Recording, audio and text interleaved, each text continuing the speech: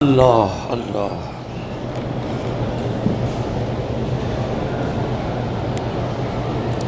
کہتے ہیں جی کہ میں انڈیا سے آیا ہوں، میرا پیٹ چلتا رہتا ہے، کافی عرصہ ہو گیا، وہ ٹھیک ہونے میں نہیں آتا ہے۔ میرا بھائی اس کا علاج خود حدیث پاک میں ہے۔ ایک صحابی نے آ کے حضور صلی اللہ علیہ وسلم سے عرض کیا، حضور میرے بھائی کو شکایت ہے اسہال کی، پیٹ چل رہا ہے۔ آپ نے فرمایا اسقہ و اصلاً، اس کو جا کے شہد کی شربت بنا کے پلاؤ۔ وہ چلا گیا، پھر آیا، انہوں نے کہا حضور میں نے وہ آپ کے حکم پہ شہد کی شربت بنا کے پلائی ہے، وہ تو اور زیادہ ہو گیا۔ فرمایا اسقہ و اصلاً، جاؤ پھر پلاؤ اس کو۔ اس نے جا کے دوبارہ پلائی۔ اب حضور کا حکم تو نہیں انکار کیا جا سکتا، اللہ کے نبی کا حکم۔ اب پلائی، پھر رسول اللہ ذات ہو تو پہلے سے ہی بڑھ گئے ہیں، اس کی اسہال اور زیادہ ہو، اور اسقہ و اصلاً، پھر پلاؤ۔ تیسری دفعہ جب پلایا، اب چوتھی دفعہ آیا، بڑا خوش گیا، اس نے بالکل اس کے پیٹ کے جو اسہال تھے بند ہو گیا۔ اب فرمایا کذب بطن اخیک، تمہارے بھائی کا پیٹ قبول نہیں کر رہا تھا، جب قبول کر لیا تو شاید شفا ہے، اس نے اپنا اثر دکھا دیا۔ اس سے بڑا علاج کیا ہوگا جو خود حضور پاک نے فرمایا ہو؟ باقی بات ہے یقین کی، یقین کریں گے تو شفا ہوگی، نہیں کریں گے تو نہیں ہوگی۔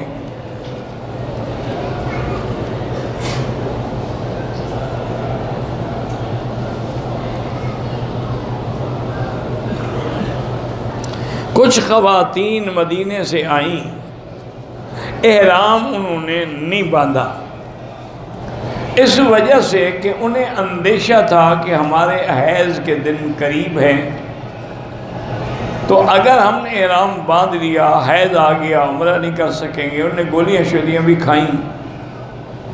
بہرحال وہ کہتے ہیں کہ اب وہ آ گئی ہیں اور حیض بھی نہیں آیا ہے، بلکہ جو دوائیاں کھاتی رہیں، جو کچھ کو آ رہا تھا وہ بھی بند ہو گیا ہے، اب وہ عمرہ کر سکتی ہیں۔ اب تو اگر ان کے پاس ٹائم ہے تو واحد حل ہے کہ ان کو طائف لے جائیں جو قریب میقات ہے، وہاں سے عمرہ کر لیں تو دم نہیں دینی پڑے گی۔ اگر مسجد عائشہ سے عمرہ کریں گے ایک ایک دم دینی پڑے گی، دم کا معنی ایک بکری، تو اور 300-400 ریال کی ایک بکری، اس سے بہتر نہیں کہ 50 ریال دے کے طائف چلے جائیں، میقات کا عمرہ بھی ہو جائے گا، دم سے بھی بچ جائیں گے۔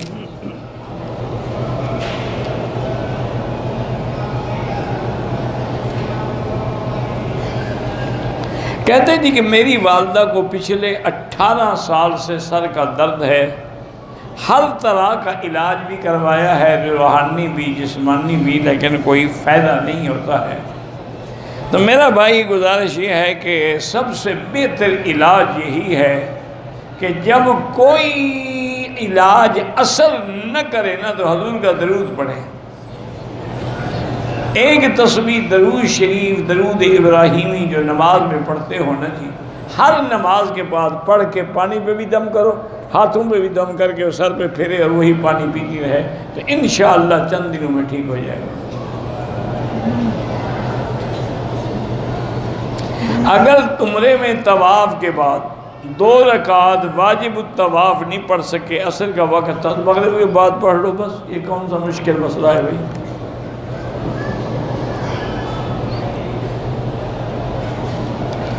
ماموں کی بیوی اگر برے خیالات میں ہے تو اس کی بیٹی سے نکاح جائز ہے۔ بہرحال نکاح بیٹی کا تو کوئی قصور نہیں ہے، بالکل نکاح جائز ہے انشاءاللہ، لیکن وہ ایک مثال ہوتی ہے کہ ماں باپ کا اثر اولاد میں بھی آتا تو ہے۔ اگر تم نے نکاح کرنا ہے پہلے استخارہ کرو، استخارے میں خیر ہو تو کرو۔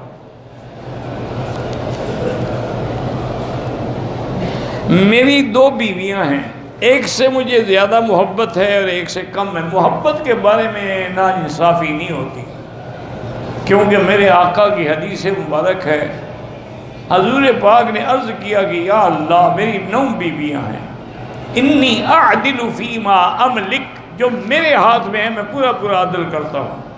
کہ وقت برابر دیتا ہوں، خرچہ برابر دیتا ہوں، نفقہ لباس برابر، لیکن کیف اعدل فیما لا اب، لیکن دل تو میرے ہاتھ میں نہیں ہے نا، اگر اس سے کسی سے محبت زیادہ ہے تو میرے ہاتھ میں نہیں، تو وہ بنا ہے، وہ کوئی حرج نہیں، اس میں کوئی گناہ نہیں۔ اذان میں جب مؤذن کہتا ہے اشہد ان محمد رسول اللہ، تو انگوٹھے چومنے چاہیے نہیں، مؤذن کا منہ چومنا چاہیے جہاں سے حضور کا نام نکلا ہے۔ تمہارے انگوٹھوں سے کچھ نکلا ہے کہ چوم رہے ہو؟ اس قدر جہالت کا کوئی علاج ہے دنیا میں؟ پتہ نہیں کیسے کیسے لوگوں نے مسئلے گھڑ رکھے۔ اچھا پھر نعوذ باللہ اپنے آپ کو سچا کرنے کے لیے کہتے ہیں حضرت ابو بکر نے انگوٹھے چومے تھے۔ اور خدا کے بندے، لاکھوں حضور کے صحابہ ہیں، کسی نے نہیں دیکھا، 1400 سال کے بعد تیرے مولوی نے دیکھ لیا کہ ابو بکر نے چومے تھے۔ جنازے کے بعد ہاتھ اٹھا کے جو دعا کرتے ہیں وہ خالص بدعت ہے۔ اصل دعا وہ ہے جو جنازے میں ہے، اللہم اغفر لحینا و میتنا، یہی دعا تو ہے۔ تمہیں اگر حضور کی دعا پہ اعتبار نہیں نا، ہمیں تیرے مولوی کی دعا پر بھی کوئی اعتبار نہیں۔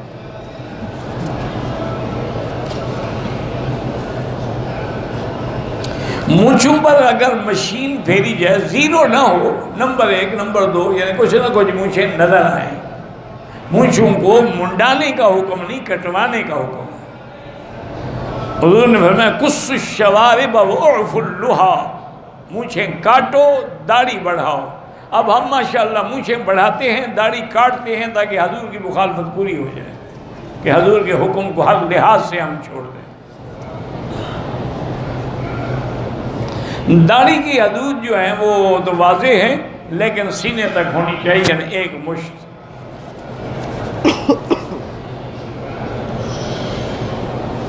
ریاض کے والد بیمار ہیں، اللہ شفا عطا فرمائے۔ آج کل لوگ عمرہ کرتے ہیں، بعد میں سے تھوڑے تھوڑے بال کاٹتے ہیں، دم پڑ جاتی ہے۔ اللہ کا حکم ہے کہ محلقین رؤوسکم، سر پورے پہ اس طرح پھرواؤ، یا پورے سر کو کٹواؤ بالوں کو۔ بہرحال طواف کر کے جس کو بھی ثواب دیں گے انشاءاللہ اللہ پہنچائیں گے۔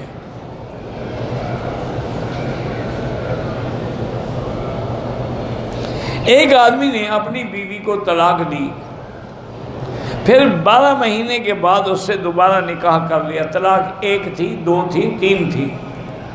اگر 1 تھی، 2 تھی، نکاح کر لیا ٹھیک ہے، 3 تھی تو نکاح ہو ہی نہیں سکتا۔ مصیبت یہ ہے کہ حالانکہ صحیح حدیث ہے،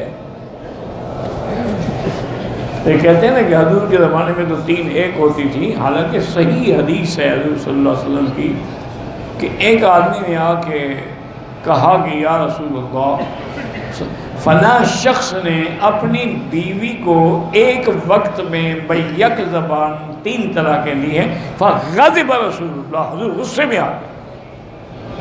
کہا اچھا میں زندہ موجود ہوں پھر بھی تم ایسی حرکتیں کرتے ہو؟ اب اگر 3 طلاقیں نہیں ہوتی تھی، 1 ہی ہوتی تھی، تو غصے میں آنے کا کیا مقصد؟ کہتے بھی کوئی حال نہیں، رجوع کر لو، جا کے دوبارہ نکاح کر لو۔ غصہ اسی لیے تھا نا کہ تم نے اب اپنے اوپر پورا حرام کر دیا، اب حلال نہیں ہو سکتی۔ تو صحیح حدیث ہے حضور صلی اللہ علیہ وسلم۔ اور پھر ہمیشہ یاد رکھیں کہ دین کو سمجھنے کے لیے ائمہ 4 جو ہیں، 4 امام جو ہیں، اللہ ان کی قبروں پہ کروڑوں رحمتیں فرمائے، انہوں نے قرآن و حدیث کے لب کو سمجھا ہے، مغز کو سمجھا ہے۔ وہ 4 امام یہی کہتے ہیں کہ 3 طلاقیں 3 ہوتی ہیں۔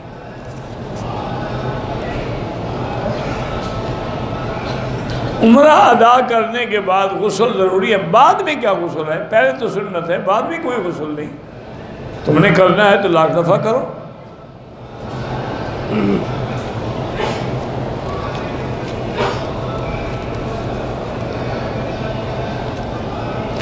اگر ہم نے عمرہ کیا لیکن پہلے 3 چکروں میں طواف میں اتنا رش تھا کہ ہم رمل نہیں کر سکے، کوئی حرج نہیں، کوئی گناہ نہیں۔ حیض کی حالت میں عورت طواف کر سکے، وہ مسجد کے اندر نہیں آ سکتے، طواف کیسے کر سکتی ہے؟ اڑ کے کرے گی، ہیلی کاپٹر پہ کرے گی۔ خدا کا خوف کرو۔ یہ ہر مسئلہ تمہارے ملک میں جب عورت کو حیض ہو تو مسجد جاتی ہے، تو یہ مسجد تمہاری مسجدوں سے بھی کم مرتبے والی ہے، بالکل نہیں آ سکتی۔ باقی اس حالت میں سبحان اللہ تسبیحات کہہ سکتی ہے۔ گھر کے حالات خراب ہیں، بس درود شریف پڑھو۔ میں نے تو چند دنوں سے مختلف کتابیں دیکھی ہیں، اس میں انہوں نے یہی حل لکھا ہے کہ جب سارے مسائل ناکام ہو جائیں درود شریف پڑھو۔ حضرت مولانا ڈاکٹر عبدالحی صاحب رحمۃ اللہ علیہ بہت بڑے اولیاء اللہ میں گزرے ہیں، کراچی میں تھے، اب تو فوت ہو گئے۔ میرا خیال ہے کہ حضرت مولانا تقی عثمانی صاحب بھی ان سے بیعت تھے اور ان کے شاید خلیفہ بھی ہوں۔ تو ایک آدمی کا شادی ہوئی، رشتہ ہوا، انہوں نے بڑے زیور شیور دیے اپنی بیٹی کو جہیز میں، بعد میں جھگڑا ہوا تو انہوں نے اپنا زیور بھی قبضہ کر لیا، سامان پہ بھی قبضہ کر لیا، ان کی بیٹی کو بھی مار کے گھر سے نکال دیا۔ پھر دیکھا کہ لاکھوں کے زیور ہیں، ایسے ہضم نہیں ہوں گے، جا کے پولیس میں بھی رپورٹ کرا گئی، وہ چوری کر کے لے گئی ہے، پرچہ بھی ان کے خلاف کرا دیا۔ اب وہ بیچارے مقدمے بھگت رہے ہیں، تو حضرت مولانا عبدالحی صاحب کی خدمت میں گئے، انہوں نے کہا سارے گھر والے بس درود شریف پڑھتے رہو اور دعا مانگو۔ اب سارے گھر والے درود شریف پڑھ رہے ہیں۔ اللہ کی شان یہ ہے کہ چند دنوں کے بعد اس کا جو گھر والا تھا نا، اس نے طلاق بھی دی، اور وہ زیور لے کے ایک سنار کے پاس گیا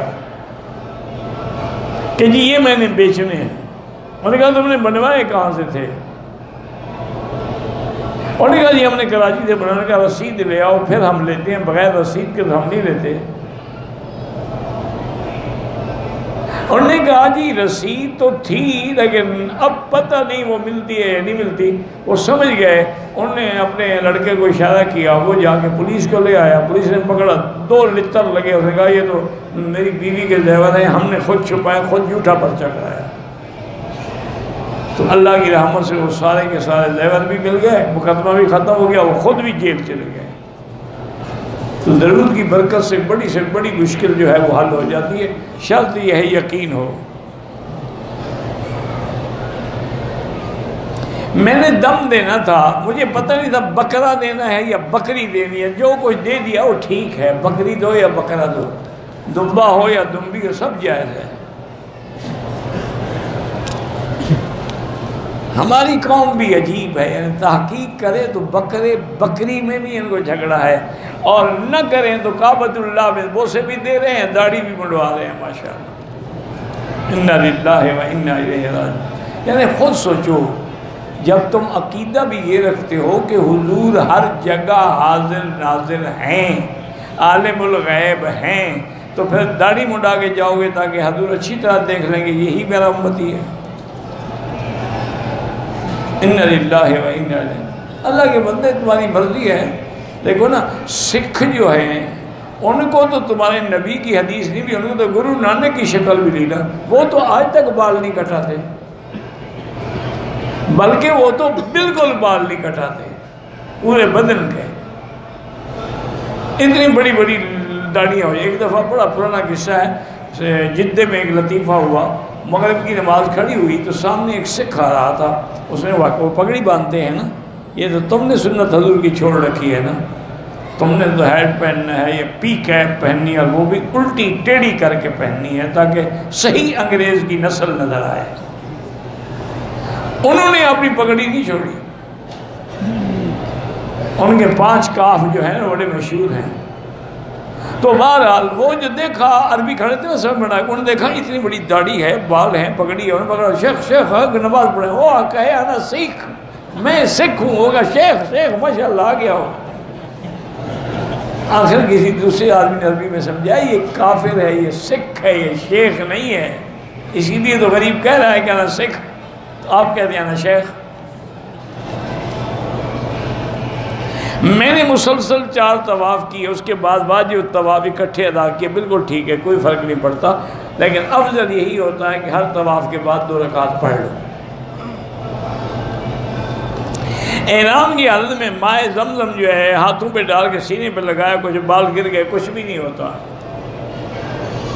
عمرے اور طواف میں کس کو ترجیح دیں؟ اصل عمرہ تو وہ ہے جو تم نے اپنے ملک سے کیا ہے، یا مدینہ شریف سے کرو گے، یا میقات طائف سے، ورنہ ماں کی مسجد عائشہ ہے جیرانہ سے طواف زیادہ افضل ہے۔ مکہ اور مدینہ میں کون سی زیارت کا؟ مکہ میں اللہ کا کعبہ کافی ہے، مدینہ میں حضور کا روضہ کافی ہے۔ ویسے بہرحال جبل احد ہے، شہداء احد ہے، مسجد قباء ہے، قبلتین ہے، خندق ہے، اب بڑی زیارات ہیں۔ میں نے عمرہ والدین کے لیے کیا، ایک عمرہ 2 کے لیے نہیں ہوتا، ایک ایک کے لیے۔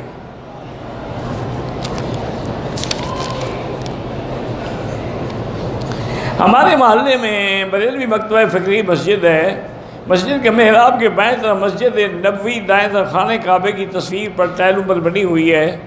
کچھ لوگ جا کے پہلے مسجد نبوی کو بوسہ دیتے ہیں، پھر وہ خانہ کعبہ کی یہ بدعات ہیں، اسی لیے تو ہم کہتے ہیں کہ نہیں بدعتیں ایجاد نہ کرو،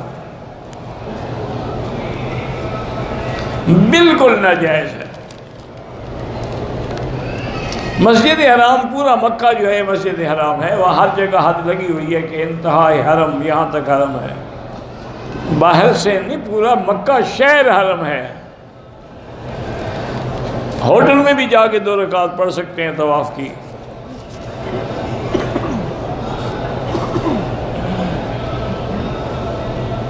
میں بڑھاپا بھی ہے، بیمار بھی تھی، اور مدینے سے اس لیے عمرہ نہیں کر سکی، کوئی بات نہیں کر سکتی، مجبور تھی تو معاف ہے۔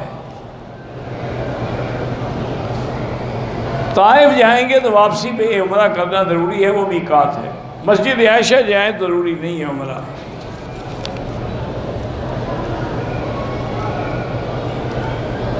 ایسا وظیفہ بتائیں کہ میں لوگوں پر دم کر دوں اور وہ لوگ ٹھیک ہو جائیں، پر پیسے جو لوگے وہ مجھے کتنا دو گے؟ یعنی اب باقی یہی کام رہ گیا میرا، اللہ کے بندے قرآن پڑھو، دم کرو، فاتحہ پڑھو، دم کرو۔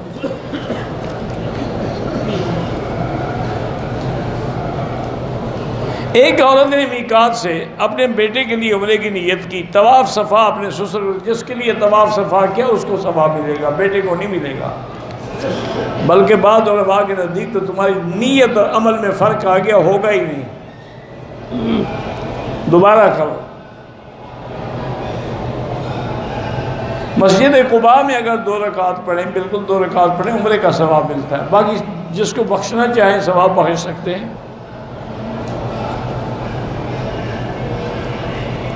ایک عورت نے عمرہ کیا، بال نہیں کٹوائے، ہوٹل چلی گئی، وہاں جا کے اس نے صابن سے کپڑے دھونے شروع کیے، اگر وہ صابن خوشبو والا نہیں تھا تو کوئی حرج نہیں، بعد میں بال کٹوا دیے، اگر خوشبو والا تھا تو پھر دم پڑ جائے گی۔ طواف کے 7 چکروں میں پہلے 4 چکر دایاں کندھا نکالنا بھول گئے، کوئی حرج نہیں، جرمانہ کوئی نہیں، لیکن سنت کے خلاف ہے۔ عمرہ کیا، صفا کے دوران صفا کے چکر بھول گئے، سائی دوبارہ شروع کی، 7 چکر پورے کیے، ٹھیک کر لیا۔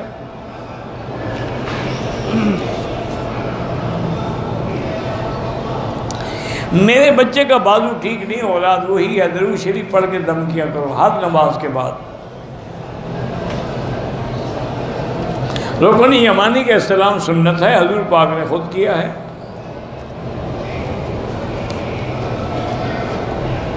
گھر میں سکون اور برکت کے لیے اللہ کے قرآن کی تلاوت کیا کرو، نمازیں پڑھا کرو، درود شریف پڑھا کرو، رحمت ہوگی، برکت ہوگی۔ مدینہ منورہ میں میری بیٹی کی طبیعت خراب ہے، علاج سے فائدہ نہیں ہوتا، ہر نماز کے بعد سورۃ فاتحہ 7 دفعہ پڑھ کے اول آخر درود شریف 11 دفعہ دم کر کے پلایا کریں، شفا دینے والا اللہ ہے۔ اچھا، حافظ فاروق صاحب نے آپ سے کہا ہے تو انشاءاللہ مجھے درس کے بعد مل سکتے ہیں، لاکھ دفعہ ملیں۔ کہتے ہیں لوگ کہ سفر کے مہینے میں بی بی فاطمہ الزہرا روٹی کی چوری اور میٹھی چیز کے ٹکڑے کر کے ان کے گھر میں روٹی نہیں ہوتی تھی تو چوری کہاں سے بناتی تھی؟ ان کے گھر میں تو فاقہ ہوتا تھا، یہ کہاں سے تم نے چوری کھانے کے لیے بی بی فاطمہ کا نام استعمال شروع کر دیا؟ انا للہ و انا الیہ راجعون۔ ان کے گھر میں تو 4 دن فاقہ ہوتا تھا۔ ایک دن حضور آئے تو دیکھا کہ بچے جو ہیں ان کی آنکھیں منہ سے باہر نکل رہی ہیں، بی بی فاطمہ کا پیٹ مبارک کمر سے لگا ہوا ہے، اٹھ نہیں سکتی۔ یہ کیا بات ہے؟ یا رسول اللہ اتنے دن سے فاقہ ہے۔ تو انہوں نے کہا اچھا اللہ سے مدد مانگو۔ حضور واپس گئے تو اللہ نے ایسا کرم فرمایا کہ جنت کا کھانے پہنچ گیا۔ وہ چوریاں نہیں بناتے تھے جناب، یہ چوریاں وہی بناتے ہیں جو چوری کرتے ہیں۔ چوری اور چور برابر ہے نا؟ شریف آدمی کا کیا کام چوریاں بنائے؟ نماز پڑھتی ہوں تو سبق صحیح طرح نہیں پڑھ سکتی، غلط ہو جاتا ہے، بہرحال دعا کیا کریں، وہی زمزم پیا کریں اور فاتحہ پڑھا کریں۔ ہمارا افسر شیعہ ہے، اللہ اس کے شر سے آپ کو بچائے۔ میری 7 سال کی بیٹی زندگی ہے، درود شریف پڑھ کے دم کیا کرو۔ مجھے حیض کی تکلیف ہے، حیض 20 دن نہیں ہوتا، 10 دن سے زیادہ حیض نہیں ہوتا۔ 10 دن کے بعد چاہے حیض ہو آپ پاک ہیں، غسل کریں، نمازیں پڑھیں، روزہ رکھیں، لیکن علاج یہی ہے کہ درود شریف پڑھ کے دم کیا کرو۔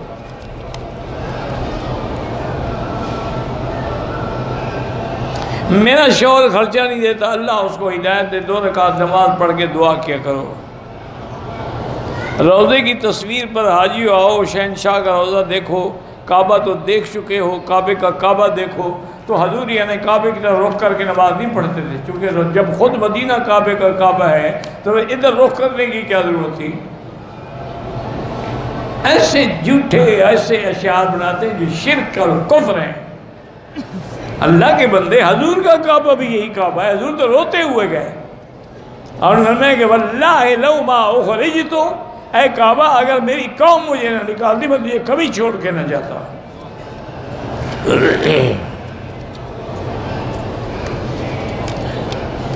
میری والدہ آپ کا بیان سنتی ہیں، ان کو بلڈ پریشر بھی ہے، جوڑوں کا درد بھی، اللہ شفا عطا فرمائے۔ میرے والد فوت ہو گئے، اللہ مغفرت فرمائے۔ استخارہ وہی ہے، 2 رکعت نماز پڑھ کے دعا استخارہ پڑھو، یاد نہ ہو چھپی ہوئی مل جاتی ہیں، وہی 3 دفعہ پڑھ کے دعا، کوئی فیصلہ نہ ہو پھر پڑھو، پھر پڑھو، پھر پڑھو 7 دفعہ، پھر جو اللہ کو منظور ہے وہی ہو جائے گا۔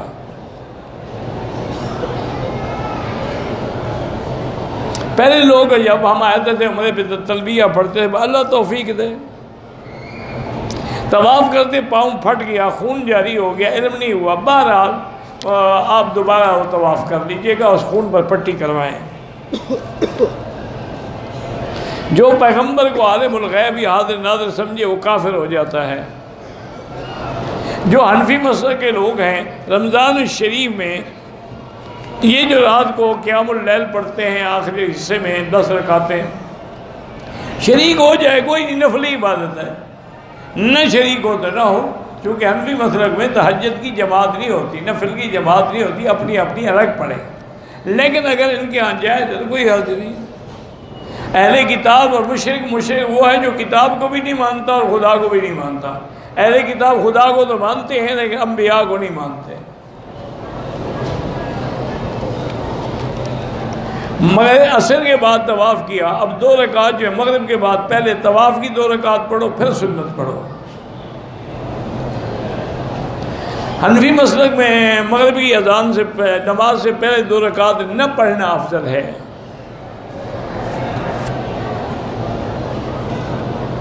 مہینے کے 3 دن یا سال میں 40 دن میں یا 4 مہینے دعوت و تبلیغ اچھی بات ہے، نیکی کے کام میں لگاتے ہو تو مشورے پر مسئلے کیوں پوچھتے ہو؟ یہاں 2 سال کے لیے آئے ہوئے ہو اقامے پر نوکری کرنے، یہ مسئلہ تو کبھی نہیں پوچھا کہ ان 2 سال میں بیوی کیا کرے گی، وہاں 40 دن میں تمہیں بڑا فرق پڑ گیا ہے۔ میں نے طواف کیا، ملتزم بھی کیا، 2 رکعت بعد میں پڑھی، کوئی حرج نہیں۔ صفا مروہ کے لیے جا رہا تھا، استلام نہیں کیا، کوئی حرج نہیں۔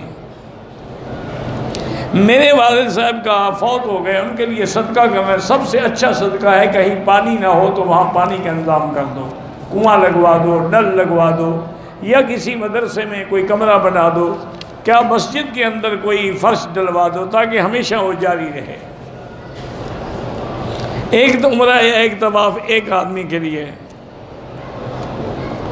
ذکر اللہ جو ہے، اور ذکر بالکل آپ زبان سے حرکت ہو زبان کو تب ذکر ہوگا، ذکر کا معنی یہی ہے۔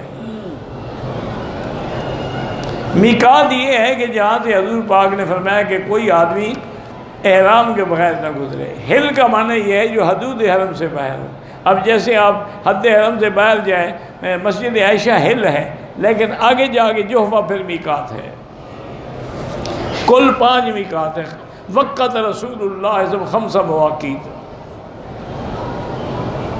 عمرے کے احرام سے فارغ ہونے کے بعد میاں بیوی آپس میں مل سکتے، ورنہ کیا ہے، اچھا عمرہ کیا کہ بیوی ہمیشہ کے لیے فارغ ہو گئی، کیوں نہیں مل سکتے اللہ کے بندے؟ جب احرام ختم ہو گیا، پابندی ختم۔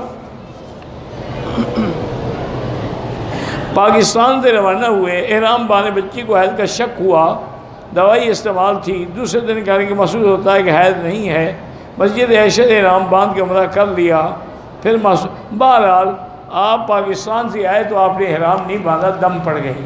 جب لڑکی اچھی طرح پاک ہو جائے، یقین ہو جائے، تو پھر عمرہ کر لے، یا طائف سے یا مدینے سے، تو دم نہیں پڑے گی، ورنہ دم دینا ہوگا۔ عمرے پہ ٹیکس ہے، تو یہ سرکاری اور حکومتی معاملات ہیں، حکومت کو لکھ کے تجویزیں بھیجیں۔ 3 شادیاں میری پہلے ہیں، 4تھی شادی کے لیے اجازت ضروری ہے؟ اجازت کسی ضرورت نہیں، اللہ تعالیٰ کی طرف سے اجازت ہے، تمہیں 4 کر سکتے ہو۔ رکن یمانی پہ جو کہ ہاتھ لگایا جاتا ہے، اس لیے غلاف کعبہ الگ ہے۔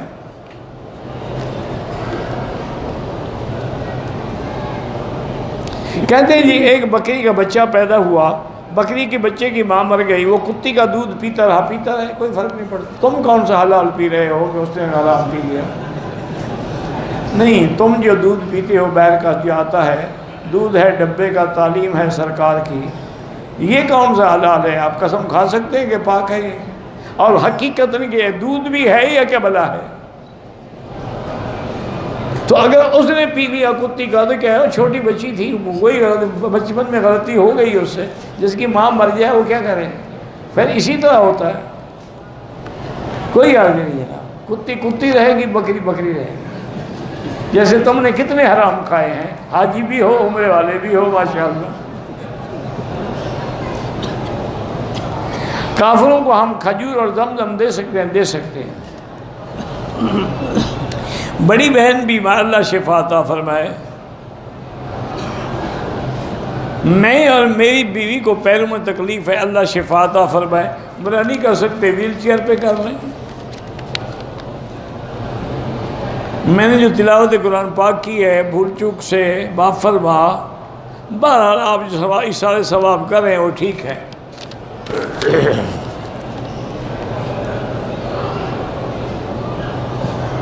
میرے 5 بچے فوت ہو گئے، اس کو 18 کی بیماری کہتے ہیں۔ بہرحال اللہ تبارک و تعالیٰ شفا عطا فرمائے۔ اس کے لیے بھی علماء نے ایک لکھا ہے تجربہ کہ جس عورت کے بچے پیدا ہو کے مر جاتے ہیں یا حمل گر جاتا ہے، وہ 160 دفعہ ایک کاغذ میں بسم اللہ الرحمن الرحیم، بسم اللہ الرحمن الرحیم، بسم اللہ، یہ آیت لکھ کے تعویذ بنا کے اپنے پاس رکھے یا گلے میں ڈال لے، تو انشاءاللہ اللہ بچہ دیں گے تو صحیح سلیم ہوگا۔ مکہ مدینے میں دیوال جو ہے وہ 12:10 پہ ہوتا ہے۔ فجر کی نماز کے بعد اشراق جو ہے آج کل 6:19 پہ، لیکن نماز کا وقت اس سے 20 منٹ بعد ہوتا ہے۔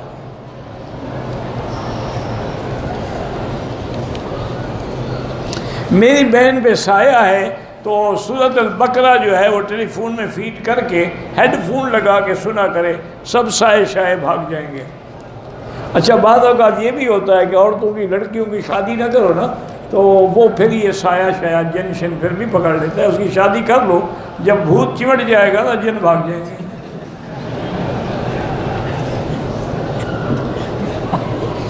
اکثر یہی ہوتا ہے۔ ایک دفعہ میں گیا ایک جلسے پہ، ایک بڑا کچے کا علاقہ تھا، تو وہاں میرے ایک دوست تھے، فوت ہو گئے، اللہ ان کی قبر پہ رحمت کرے۔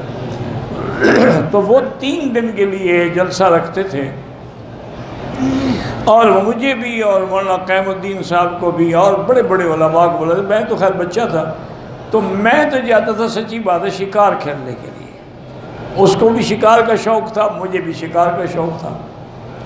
تو وہاں گئے تو کھانے میں کچھ دیر ہوئی، تو میں نے کہا یار ہمیں بھوک لگی ہوئی ہے، ہم سفر کر کے آئے ہیں اور دریا کراس کیا ہے۔ انہوں نے کہا جی ہمارے پیر سائیں آ رہے ہیں، اور پیر سائیں کی یہ ہدایت ہے کہ میں نے کھانا مکی صاحب کے ساتھ کھانا ہے، تو اب مہربانی کریں، ناراض بھی نہ ہوں، برداشت کریں، وہ ابھی آ جائیں۔ تھوڑی دیر گزری، میں نے دیکھا کہ 5-6 گھوڑیاں اور آگے پیچھے لوگ بھاگ رہے ہیں اور پیر صاحب آ رہے ہیں۔ میں نے دیکھا، میں نے کہا یہ پیر صاحب تو میرا شاگرد ہے، میرے والد صاحب کا، میرے مدرسے میں پڑھتا رہا ہے، بدبخت یہ کہاں سے پیر بن گیا۔ خیر وہ آیا، وہ مجھے وہ بھی تیز آدمی تھا نا، سیاسی ذہن رکھتا، فوراً میرے پاؤں میں گر گیا تاکہ مکی صاحب کو اعتراض ہی نہ کر سکیں۔ اب ایک آدمی آپ کے پاؤں پڑے ہے بھی سید وہ، اب میں لوگوں کے سامنے کیا کہتا۔ خیر بہرحال کھانا ہوا، پھر لیتا بیٹھے، میں نے کہا یار کیا تم کب سے پیر؟ انہوں نے کہا حضرت سید تو ہم ہیں، ہمارا باپ بھی پیر تھا، لیکن ہمارے باقی بھائی اور ہم کبھی پیری مریدی نہیں کرتے تھے، ہم آپ کے مدرسے میں پڑھے ہیں، آپ کو پتہ ہے، لیکن جب فارغ ہوئے تو اور کوئی روزگار کا ذریعہ نہیں بنا، پھر میں پیر بن گیا۔ پیری میں میرا کام ماشاءاللہ بڑا ٹھیک ٹھاک چل گیا ہے، اتنی کسی فیکٹری سے آمدنی نہیں ہوتی جتنی مجھے پیری مریدی سے ہو جاتی ہے۔ میں نے کہا یہ کہتے ہیں کہ تم جن سن بھی نکال لیتے، انہوں نے کہا مکی صاحب 90% عورتوں کو جن ہوتا ہی نہیں، وہ کسی کے عشق میں مبتلا ہوتی ہیں، ہم اس سے وعدہ کرتے ہیں کہ تمہارا یار ہم ملائیں گے، تم اپنے جن کو بھگا دو، ہماری فیس ہمیں مل جائے، تو ان کا کام ہم کرتے رہتے ہیں، وہ ہمارا بھرت رکھتی رہتی ہے، جن کوئی نہیں ہوتا۔ انہوں نے کہا حضور یہ سب جھوٹ ہے، جن کو دیکھا حضور جن ہوتا ہے کیا، ان کی شکلیں ایسی ہوتی ہیں، میک اپ کرتی ہیں، سنگار کرتی ہیں، وہ تو ایسے لکڑی کی طرح ہو جاتی ہیں، چونکہ جن جو ہے وہ تو آگ ہے، وہ جس پر اثر کرے گا اس کو جلا ڈالے گا۔ ہم پاکستان سے عمرہ ادا کیا، صفا کے بعد ٹینٹ کرایا، مدینے سے واپسی پہ کٹ لگوائے۔ کٹ کس کو لگوائے؟ چمڑا کاٹا تھا، جب بال ہی نہیں تھے تو کٹ کس کو لگوایا تم نے؟ دم پڑ گئی، اس طرح بھی پھرواؤ، دم بھی دو۔ پہلے اس طرح پھروا کے کیا، واپس آ کے کٹ لگا رہا ہے۔ میں پاکستان سے آیا ہوں ریحان، میرے والد فوت، ہاں بالکل ان کے لیے عمرہ کریں، طواف کریں، خیرات کریں۔ کبھی کبھی اچانک اداسی چھا جاتی ہے، لاہور پڑھا کرو، درود شریف پڑھ کے دم کیا کرو۔ میں نے احرام کی حالت میں طواف کیا، صفا بھی کی، قضائے حاجت کے لیے گیا، استنجا کرتے ہوئے جسم کے 1 یا 2 بال ٹوٹ گئے، کچھ نہیں ہوتا۔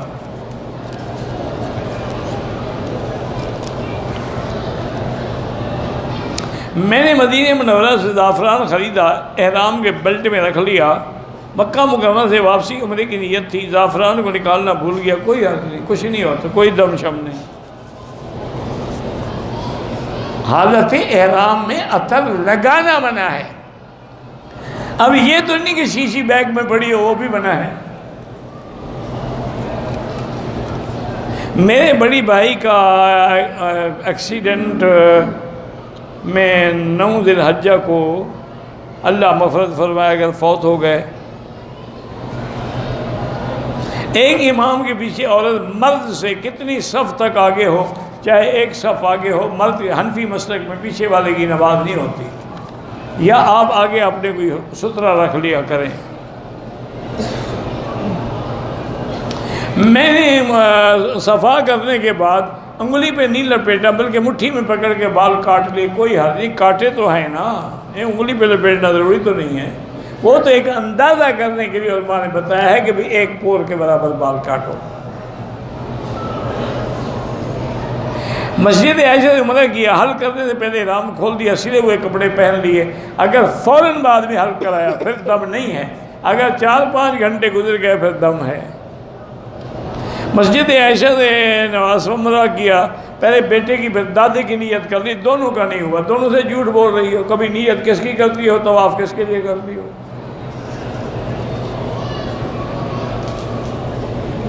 حضور پاک نے جو خط جنات کو لکھا تھا، ہاں وہ کتابوں میں موجود ہے، دلائل النبوہ للبیہقی، اس میں وہ خط موجود ہے۔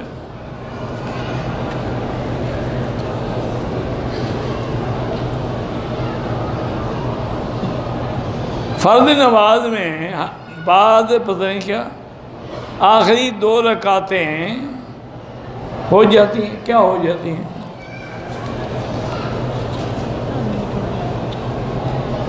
عمرے کے طواف کے بعد 2 رکعت واجب طواف جگہ بھول کے 2 رکعت نفل ادا کر دی، کوئی بات نہیں، کیے تو ہے نا، ہو گئی۔ اذہان نہامان، پتہ نہیں یہ حامان کہاں سے نکل آئے ہیں۔ صفا مروہ کے بعد عمرے والے ایک دوسرے کے بال کاٹ لیں، جائز ہے۔ مجھے اللہ سے دعا مانگتے ہوئے رونا بہت آتا ہے، اچھی بات، یہ تو اچھی علامت ہے، رونا تو نعمت ہے، رحمت ہے، الدمع رحمت، حضور نے فرمایا آنسو بہانا رحمت ہے اللہ کی۔ اور اللہ کے نبی نے دعا مانگی ہے، پناہ مانگی، اللہم انی اعوذ بک من عین لا تدمع، اللہ مجھے اس آنکھ سے بھی پناہ دے جس سے آنسو نہ نکلیں۔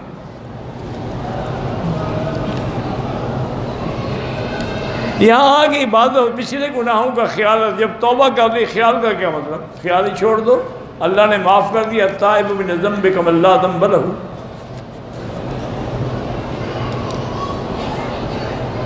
اگر ساری نمازیں ہمارے میں پڑھتے ہیں لیکن فجر کی نماز کبھی حرم نہیں پہنچ سکتے، قریب والی مسجد میں پڑھ لیا کرو، وہ بھی حرم ہے۔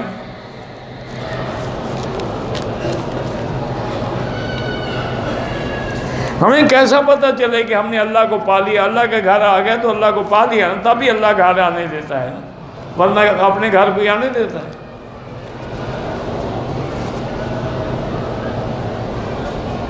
کسی نے میقات سے احرام باندھا، بنیاد نہیں نکالی، عمرہ کیا، دم پڑ گئی، پورا اس کو یاد ہی نہیں آئی پورے عرصے میں کہ میں نے بنیاد نکالنی ہے۔